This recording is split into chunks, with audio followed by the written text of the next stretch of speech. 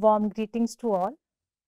I'm Dr. Pavandeep Kaur, Assistant Professor in Law at Khalsa College of Law, Amritsar. The topic of our today's discussion is Sources and Schools of Hindu Law. The present module will make the students acquainted with sources of law, sources of Hindu law, classification of sources of Hindu law, schools of Hindu law, and kinds of schools of Hindu law. Dear friends, I would like to start today's talk with brief overview of Hindu law. India is a country that has abundant personal laws.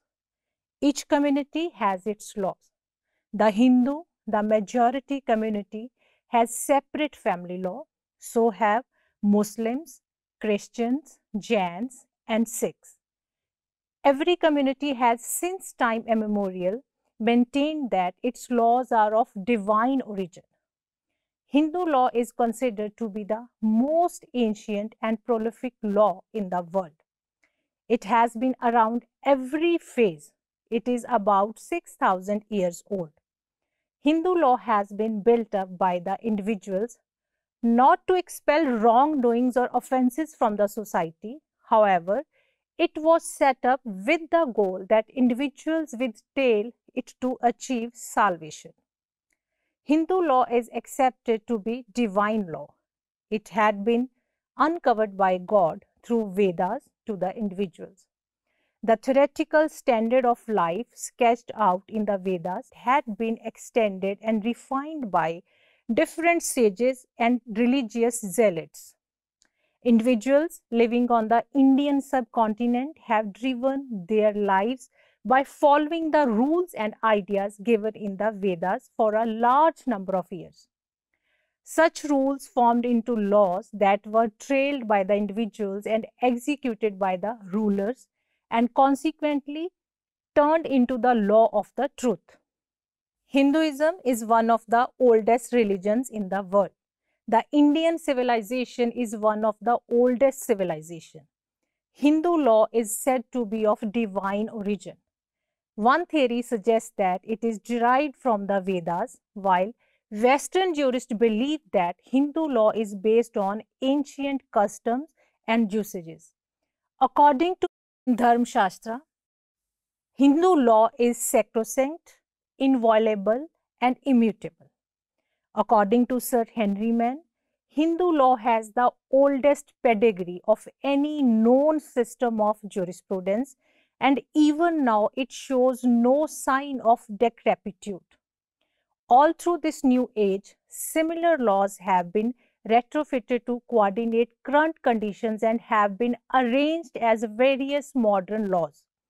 The major laws are as follows: Hindu Marriage Act 1955, the Hindu Adoption and Maintenance Act 1956, Hindu Succession Act 1956, and Hindu Minority and Guardianship Act 1956. The Hindu system of jurisprudence is most ancient legal system in the world, and it has been prevalent since the emergence of humanity. So, it is essential to know the various sources of schools of Hindu law from which it has evolved. The term source of Hindu law means authority from which law has been derived. It denotes the basis from which the Hindu law came into existence, and these sources of Hindu law are also considered as evidence of Hindu law. Codified law and uncodified law are two types of modern Hindu law. Codified law administered every Hindu. The concept of schools of Hindu law does not exist in codified law. However, it exists in uncodified Hindu law. Vedas and Smritis were the form of sources in which many scholars all around India wrote the commentaries which formed the basis for schools of Hindu law. In this module, we will explore modern sources of Hindu law, ancient sources of Hindu law, along with schools of Hindu law, from which Hindu law has evolved. Dear friends, let's have a look at sources of law. Sources of law are the origins of laws, the binding rules that enable any state to govern its territory. The term sources of law may sometimes refer to the sovereign or to the seat of power from which the law derives its validity. Sources of law means the origin from which rules of human conduct come into existence and derive legal force or binding characters. It also refers to the sovereign or the state from which the law derives its force or validity. Several factors of law have been contributed to the development of law. These factors are regarded as the sources of law. The term has been used in different senses by different writers, and different views have been expressed from time to time. As, according to C.K. Allen, sources of law means agencies through which the rules of conduct acquire the character of law by becoming definite, uniform, and compulsory. Open him. He defines the sources of law as name for historical fact out of which the rules of conduct came into existence and acquires legal force. Further, sources of Hindu law. The sources of Hindu law provide the foundation for the legal system followed by Hindus in India. Understanding these sources is crucial to comprehend the principles and practices of Hindu personal law.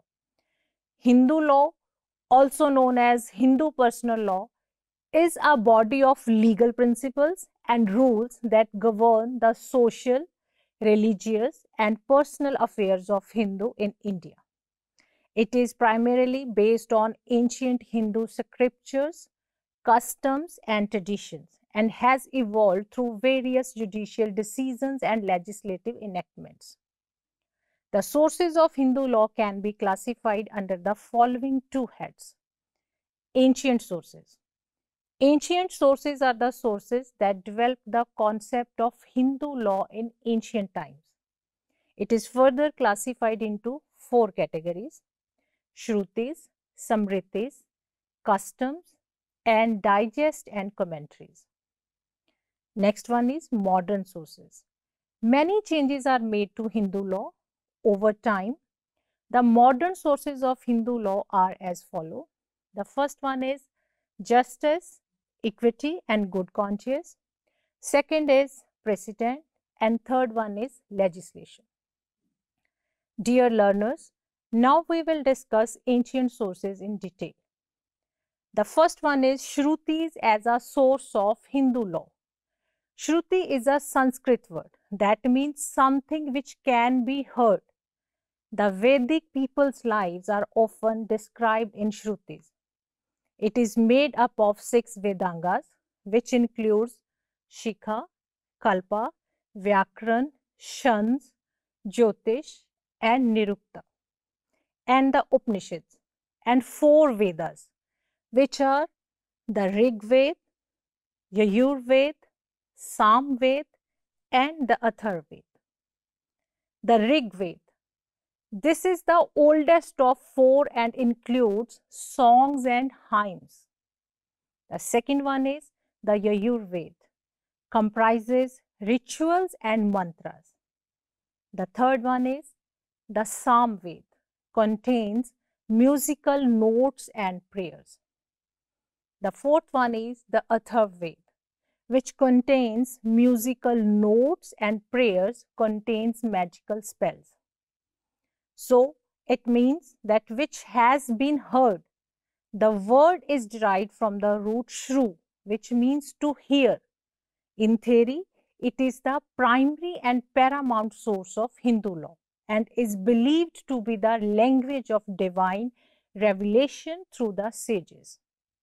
The synonym of Shruti is Veda. It is derived from the root Ved, meaning to know. The term Veda is based on the tradition that they are the repository of all knowledge.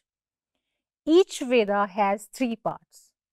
Sanhita, which consists mainly of the hymns. Second one is Brahmins, tells us our duties and means of performing them. And third one is Upanishad, containing the essence of these duties. The Shrutis include the Vedas along with their components. The Vedas also talk about our rights, form of marriage, partition, inheritance, etc. Originally, there were only 3 Vedas in the history. The Atharva Veda was added later. The Rig Veda is considered as a tree, and the Yajur Veda and the Sam Veda are known as the offshoots of the Rig Veda.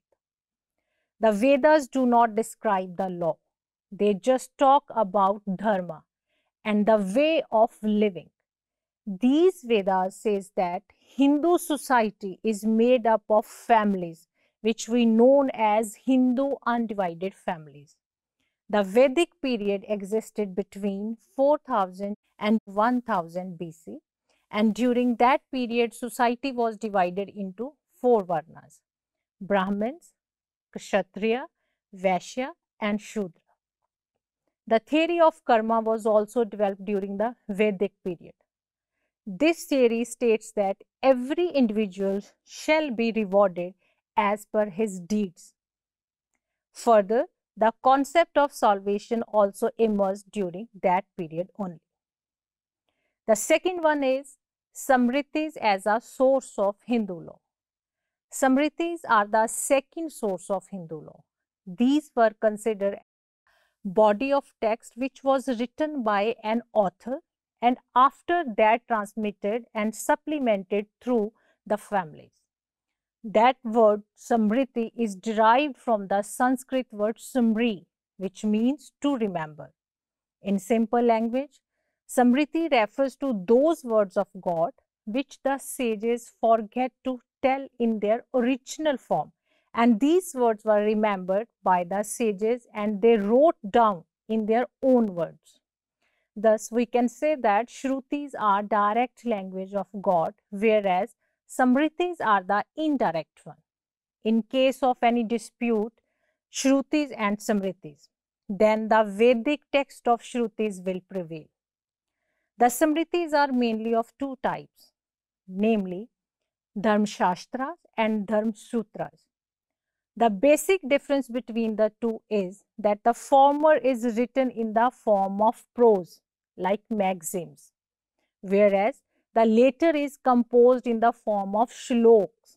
In Dharma Shastra, our moral code of conduct is stated. In Dharma Sutras, the rule regarding government, population, economic affairs, etc. is mentioned. Samritis are considered a text which have been remembered and then interpreted by the rishis throughout the generations. The number of Samriti writers is almost impossible to determine, but some of the noted Samritis writers enumerated by Yajnavalkya, sage from Mithila, and a major figure in the Upanishads are Manu, Atri, Vishnu, Harita, Yajnavalkya, Yam, Katyayanan, Brihaspati, Prashar, Vyas, Shank, Daksh, Gautam, and Vashisht, etc. The next source is customs. Customs as a source of Hindu law. Custom is a vital source and its position is next to Shrutis and Samritis, but usage of custom prevails over the Samritis. Custom is regarded as an important source of Hindu law. From the earliest period, custom, achar, is regarded as the highest dharma. Most of the Hindu law is based on customs and practices followed by people all across the country. Even Samritis have given importance to customs. Now let us briefly understand the word custom. Custom in common parlance is an act or behavior which is repetitive or is traditionally accepted, or can also be defined as a habitual practice that a person is uniformly following for a long time. It can also be termed a rule of conduct. From the time back, achar, that is custom, is regarded as the highest of all dharma. Customs differ from area to area, family to family. Customs are not static, rather, they are such that they keep changing and evolve with time. Section 3 of Hindu Marriage Act 1955 defines custom as a rule which is followed for a long time and has obtained the force of law among people of Hindu community. It also stated that custom must be ancient, must be reasonable, and it should not be in derogation of the laws of the country. Customs are of four types. Local customs. These are the customs or practices that are binding on people belonging to the Hindu community of a particular geographical area. Thus, the major part of that particular place culture. Second one is general customs. These are the customs or practices that prevail in a country as a whole. For example, Indian customs and traditions are the major attractions for tourists. Some of them are Namaste, which we use to greet people, and Tilk, a ritual remark which is a sign of blessings or auspiciousness. The third one is family customs. Family customs can be defined as a family tradition or family culture, which they have been following for a long time and were given by their ancestors long back. It can also be stated as the environment in which a person is born and brought up by their parents and ancestors. The fourth one is class or caste customs. These are the customs for a particular caste or sector or class of people such as traders, agriculture, businessmen, etc. Every caste or class has different traditions to be followed, which they have been following for a long time, which can be named as a class or caste custom. The next source of Hindu law is digest and commentaries.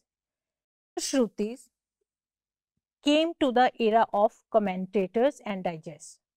Commentaries, tika or bhashya, and digest nibandhs covered a period of more than 1000 years from the 7th century to 1800 AD.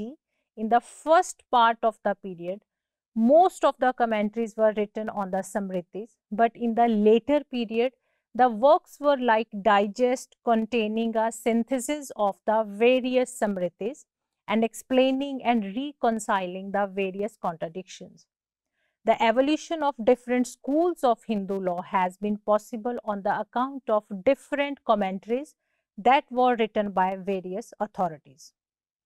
Further, there are modern sources of Hindu law. Many changes were made to Hindu law as a result of the arrival of the British.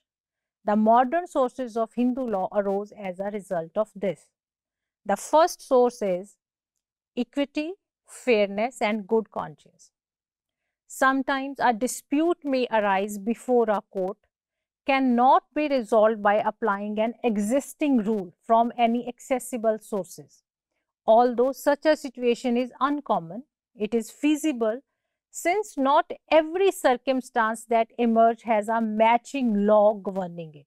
In the absence of law, the courts have no choice but to resolve the dispute, yet they are obligated to do so. The courts use core values, norms, and criteria of fairness and appropriateness to decide such situations. It is referred to as the principle of justice, equality, and good conscience. Natural law is another name for them. Since about the 18th century, when British administration made it clear that the above concept would be implemented in the absence of regulation, this concept now has the stature of a source of law in our country. The second modern source is precedents and judicial decisions. The pyramid of courts was developed after the beginning of British control. The theory of precedent was formed based on the principle of treating similar cases similarly. The Privy Council judgments are now obligatory on all subordinate courts in India. unless modified or revised by Supreme Court, whose judgments are binding on all courts except itself. For example, where there were disagreements between individuals during the British rule in India, English judges turned to Hindu Pandits for help in interpreting local Sanskrit laws and using them to settle the conflicts. The third one is, and the most important modern source is legislation. Legislation is codified laws of parliament which play an essential role in forming Hindu law according to modern society. Dear friends, the second part of this module is schools of Hindu law. Due to emergence of various commentaries on Samritis and Shrutis, different schools of thought arose. The commentary in one part of the country varied from the commentary in the other parts of the country. School means rules and principles of Hindu law, which are divided into opinions. It is not codified. There are two schools of Hindu law. The first one is Mitakshara school of Hindu law. The Mitakshara school exists throughout India except state of Bengal. The Yajnavalkya Samriti was commented on by Vijneshwar under the title Mitakshara. The followers of Mitaksharas are grouped under the Mitakshara school. The inheritance is based on the principle of propinquity, that is, the nearest blood relationship will get the property. The right to Hindu joint family property is by birth. So, a son immediately after birth gets a right to the property. The system of devolution of property is survivorship. But now it has been amended by the Act of 2005.